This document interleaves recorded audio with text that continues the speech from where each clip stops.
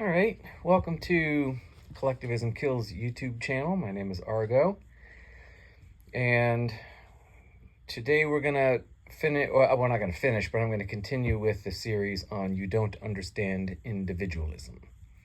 So this is part 4, I think. So if you want to get caught up, you can go listen to the first 3 parts. Now I'm going to try to stick just to the article. I'm about a little less than halfway through. So I'm going to really try just to stick to the article. This is an article I wrote some time ago in response to something I heard on an Orrin McIntyre video on YouTube. He's a dissident right sort of thought leader. And I've had a little trouble sticking to the article, so I'm going to stick to reading it, and I'll interject a few things here and there, but I'm going to try to stick to the reading part so that we can get through this and move on to the next topic. So, continuing with You Don't Understand Individualism. Okay. So, we're talking about collectivist metaphysics versus individualist metaphysics, and why and how people, including the dissident right, confuse and conflate individualism and collectivism because they don't understand metaphysics, because most people don't understand metaphysics. And if you don't understand metaphysics, if you don't understand what metaphysics are and what one's assumptions are about the nature of man and reality and God and all those kinds of things, then you're really never going to understand the fundamental distinctions and differences between ideas. So, talking about individualism versus collectivism. Okay, here we go. The collective ideal, being utterly abstract, transcendent, divine, and beyond the frame of reference of human consciousness, is a mystical archetype. Okay, so collectivism is rooted in a collective ideal. That's the metaphysical primary. And again, if you're not caught up, go back and listen to parts 1 through 3. The collective ideal is the metaphysical primary of collectivist metaphysics. It is that from which all of reality is a direct function, and therefore all of reality must be an expression of the collective ideal. Everything must be brought under the auspices and under the power and influence of the collective ideal. Any individual that pretends to be outside of the collective ideal must be incorporated into the collective ideal or destroyed. All of the earth, all nations, all of the earth, all of the universe, all of it is an expression of this fundamental metaphysical primary called the collective ideal. It is abstract, it is infinite. All of reality, the whole world, all of the universe must be made to be, is and must be made to be an expression of the metaphysical primary, the collectivist metaphysical primary, which is the collective ideal. This is the metaphysical primary which underwrites all collectivist institution and ideas. All governments are rooted in collectivist metaphysics. All governments, therefore, are rooted in a collective ideal. Okay? The metaphysical primary of collectivism is the collective ideal, whatever that happens to be, as opposed to the metaphysical primary of individualism, which is always ability, capital A, ability. There's only one possible collective ideal, there's only one possible metaphysical primary for individualist metaphysics. The metaphysical primary of individualism is ability, because ability is the only metaphysical primary that implies a plurality, not only of existence, but of individuals. And I gave you the metaphysical dialectic, I suppose you could say, of individualism last time. I think I might have missed one component, but again, the metaphysical dialectic, or the metaphysical sort of corollary of individualism, beginning with the metaphysical primary of ability, capital A, is ability implies action. Action implies relativity. Relativity implies plurality. Plurality implies reference. Reference implies a constant. The constant implies self, capital S, self. Self implies conceptualization. Conceptualization implies language.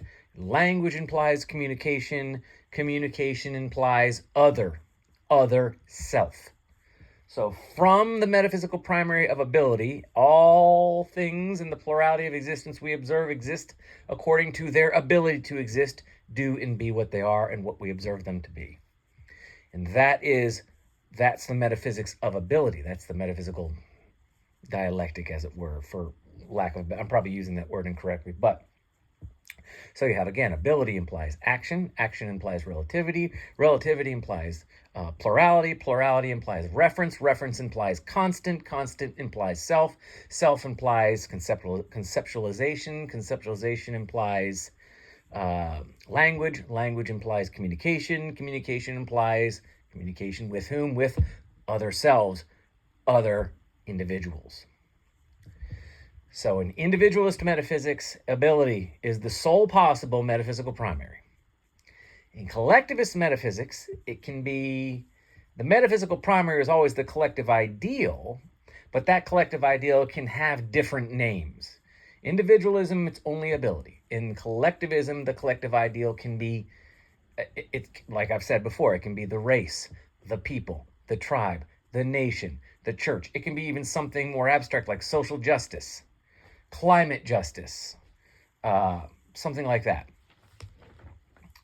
All people and all governments, you see, all government, and again, I know this can be confusing. Hopefully, as this channel and blog continues to progress, I can explain more and more of this kind of thing so that you understand more completely the picture here. But all governments are rooted in collectivist metaphysics. All governments represent the incarnation.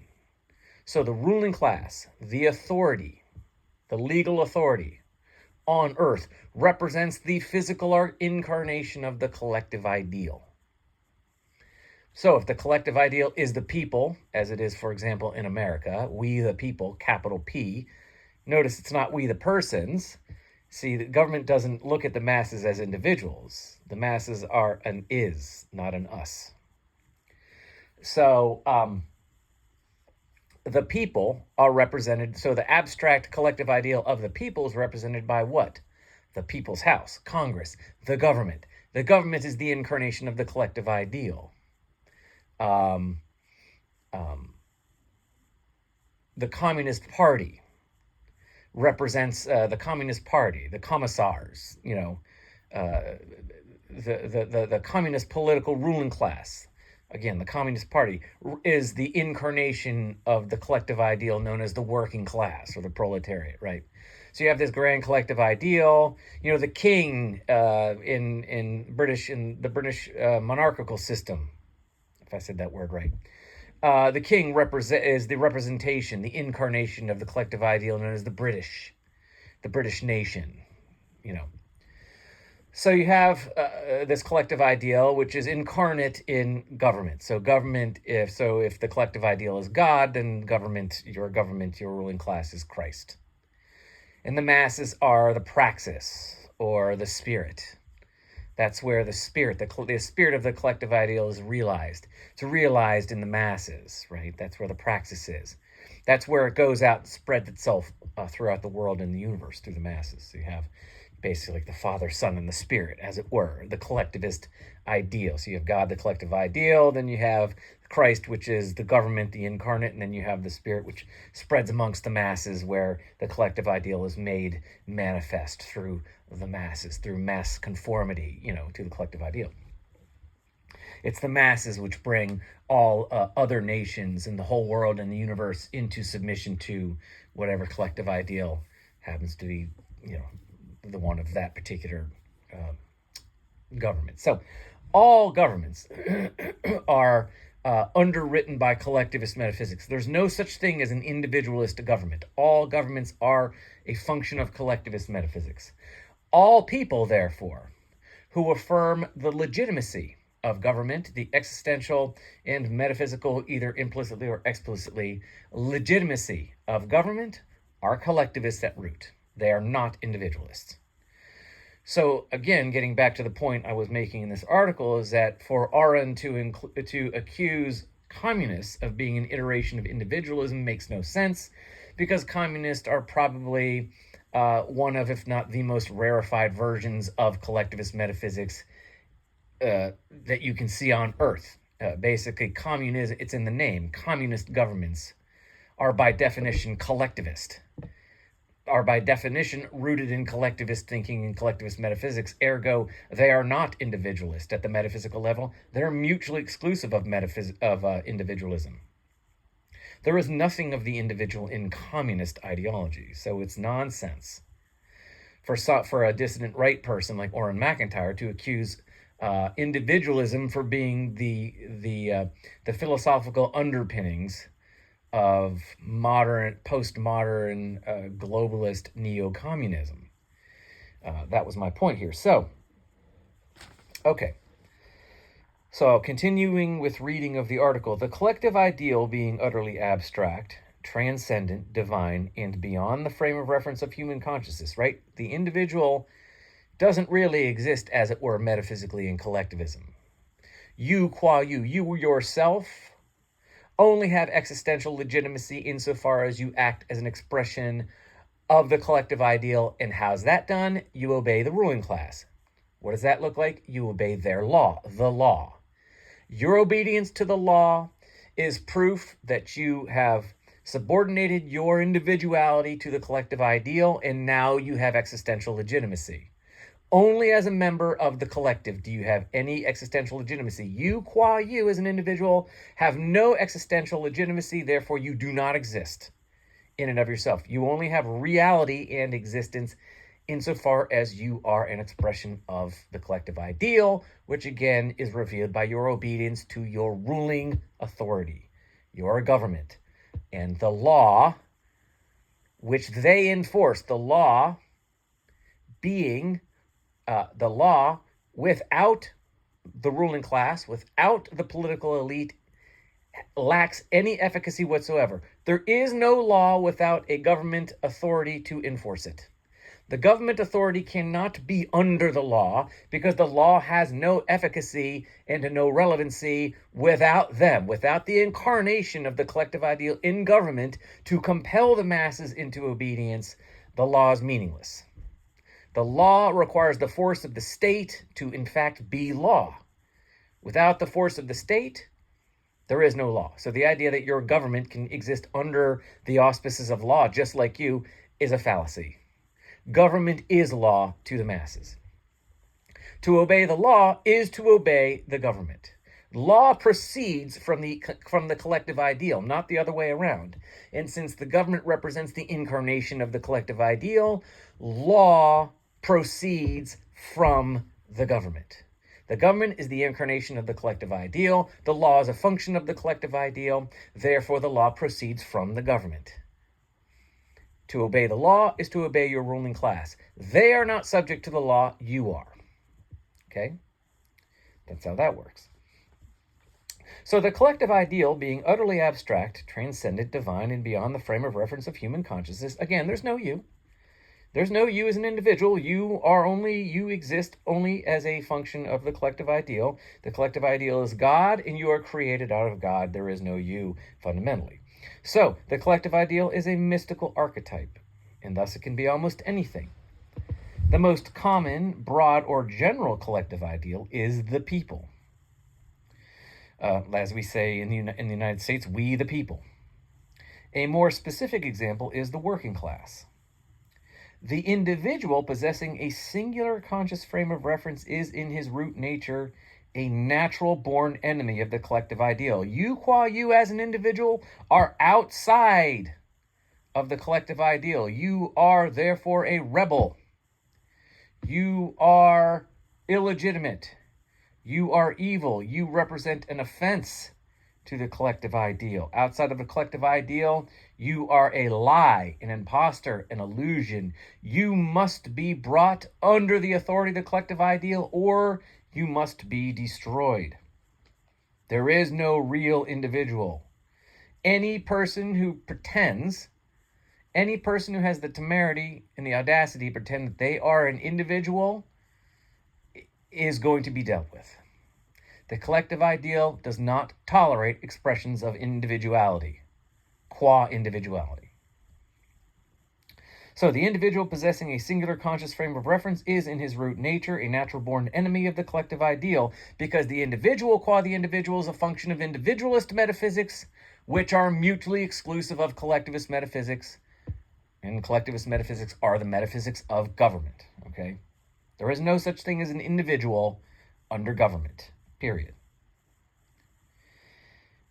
Okay, so the individual is a natural-born enemy of the collective idea. His sense of self, so your sense of yourself, that's your original sin. You're born in sin. And what is your original sin? Your sin is you have a sense of self. You have a singular conscious frame of reference. The only way that you can cleanse yourself of your original sin is to categorically obey your ruling class. You obey the law. You obey the authority of the state, because they represent God or the collective ideal to you. You cleanse yourself of your original sin of your individual conscious frame of reference by committing it to obedience to the ruling class. Your sense of self is your original sin as an individual.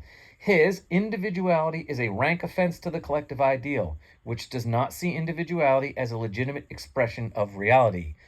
Metaphysically, which means as far as reality is concerned, your sense of self in and of itself, outside of obedience to your ruling authority, does not exist. You are an illegitimate metaphysical expression. You are an illegitimate you have no legitimate existence.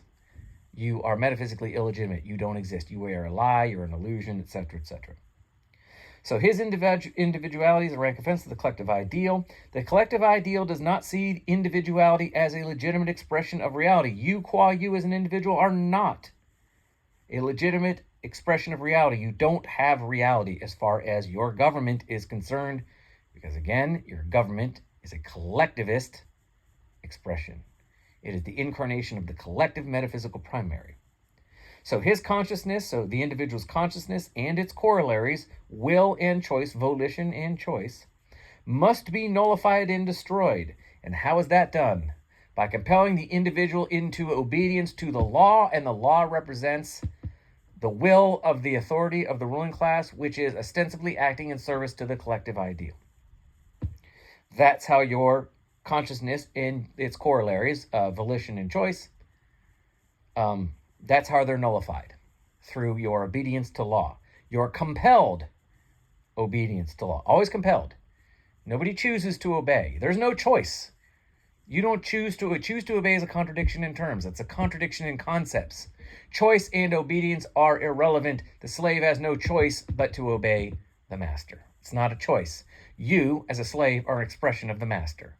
There's no choice involved because there's no volition, because your consciousness is nullified. Without consciousness, without self-awareness, there's no choice. If consciousness is a lie, so is choice. It's all about obedience. You don't choose to obey. You could talk about wanting law and wanting to obey and wanting to do your civic duty, wanting to be a law-abiding citizen all you want. The law doesn't care whether you want to or not. It doesn't care whether you choose to or not. You will, or you will be destroyed. You will choose to obey, or your ability to choose will be disabled or destroyed. You will be killed or imprisoned, or your property will be confiscated. Government does not care. Law does not care whether you want to obey or not. It's irrelevant.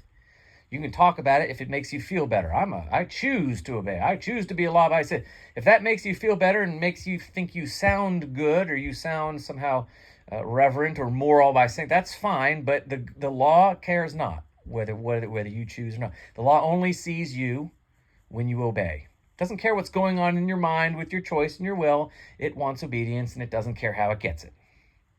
Whether you do it, quote-unquote, willingly, or you're compelled to do it. But it's all compelling. It's all threats. law is always coercive. That's its nature. There's always a threat of violence. That's why you obey. Whether you think so or not, that's why. That's the fact. So you must be absorbed into the collective. The individual must become an extension of the collective ideal, and this is realized by his categorical obligation and obedience to the one group, enforced and coerced by the ruling class, the state, which exists as the incarnation of the collective ideal to the masses. As far as you're concerned, you and me, as members of the masses, there's no difference between God and government. The collective ideal is the metaphysical primary. That's God. And government is its Christ. There's no difference as far as you're concerned. Christ is God. God is Christ. They are one and the same. So you have the collective ideal, government, and the masses. You have that's the collectivist Trinity. Collective ideal, the ruling class, and the masses. Father, Son, Holy Spirit. So men must all belong to and become a function of the one group. The group has no parts, so to speak. The collective is not an us, but an is.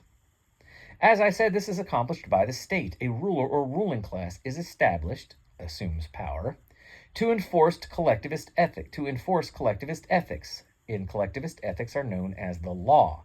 So legality, as opposed to morality, which are completely different, mutually exclusive ethical premises and systems. Legality and morality are mutually exclusive. A legal society cannot and will not be a moral one, and vice versa.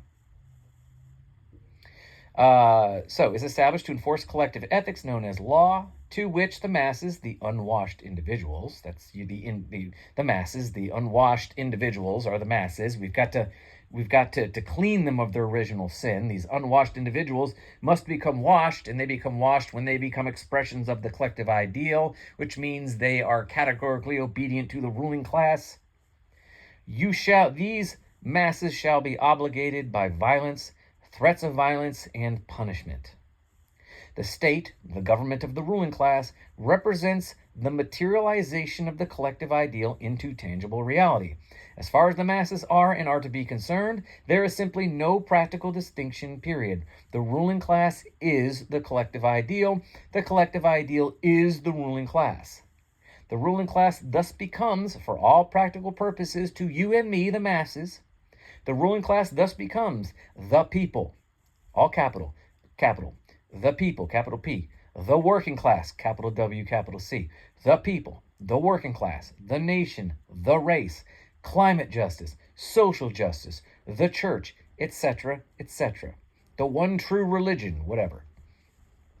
The ruling class, in other words, is God to the masses, and the masses exist solely at the whim and pleasure of its divine authority. And again, as I said, if the collective ideal is God, then the ruling class is Christ. So this is collectivism, and the description herein is collectivist metaphysics, in brief summary.